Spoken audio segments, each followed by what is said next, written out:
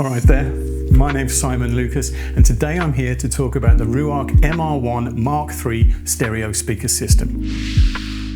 Now the Ruark MR1 Mk2 stereo speaker system was a class-leading product for its entire lifetime and it was demonstrably not broken. But Ruark is nothing if not intrepid and so has gone ahead and fixed it anyway, and the result is the MR1 Mk3.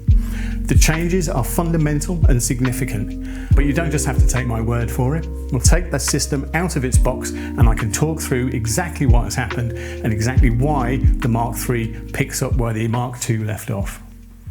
So the packaging is typically elegant in the established Ruark fashion, but that's not what's important, is it? What's important is what's inside. So let's have a proper look. Please retain the packaging. In here, by the looks of things, we'll find a remote control, mains connection and an analog 3.5mm collection. We'll have a look at those in a minute. Some more packaging and the business.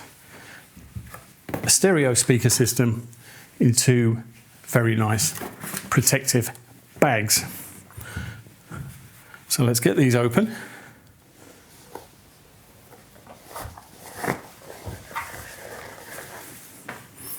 There's one.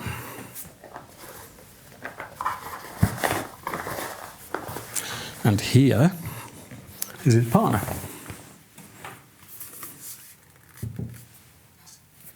So let me talk you through them. Now there have been changes both inside and out, and I will talk about the changes on the outside first of all. The cabinet, which is available in a charcoal lacquer as well as this nice rich walnut, is bigger in every direction, which means the internal volume is now a very useful 2 litres. The front of the cabinet is now chamfered, so the fixed dark slate grille sits nicely within that. Behind the grille there's a 20mm soft dome tweeter and an 85mm mid bass driver, and that driver is reinforced by a downward firing bass reflex port, which is always the perfect distance from the fixed boundary of whatever it is it's standing on. In fact, the only thing that really hasn't changed on the outside here is the rotor dial control, which is a good thing. This takes care of volume, power on and off, and input selection, and it's just as useful and gratifying here as it is in every other Ruark product on which it appears. Now on the inside, the MR1 Mk3 now uses Class D amplification and power is up to 25 watts per channel, which should be plenty, but it's around the back of the primary speaker that the biggest changes of all are apparent. We have a connection for mains power, of course, and a connection for the bundled cable to join this speaker to the secondary speaker. There's a USB-C input, which is good for 24-bit 96 kHz high resolution content. There's a pre-out for a subwoofer. There's a hybrid 3.5mm input here, which can be an analog input or it can be a digital optical input. And if you go with the latter, then 24-bit 192 kHz resolution can be yours. And there is left and right inputs plus a grounding post for the moving magnet phono stage that's on board here. So this is a complete system now. Not only do you have high resolution digital audio possibilities, but you can also plug in any record player you like and enjoy vinyl too. And of course there are wireless possibilities. The Bluetooth standard here is now 5.1 and there's compatibility with the aptX HD codec.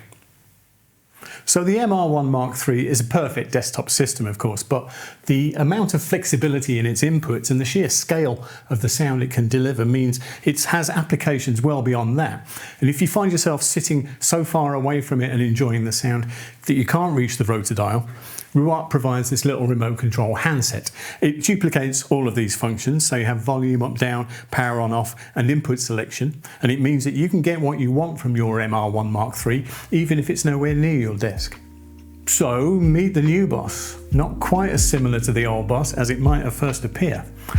And you can learn even more about the MR1 Mk3 at ruarkaudio.com, and you can buy a system there, or you can buy a system from any of Ruark's fine retail partners.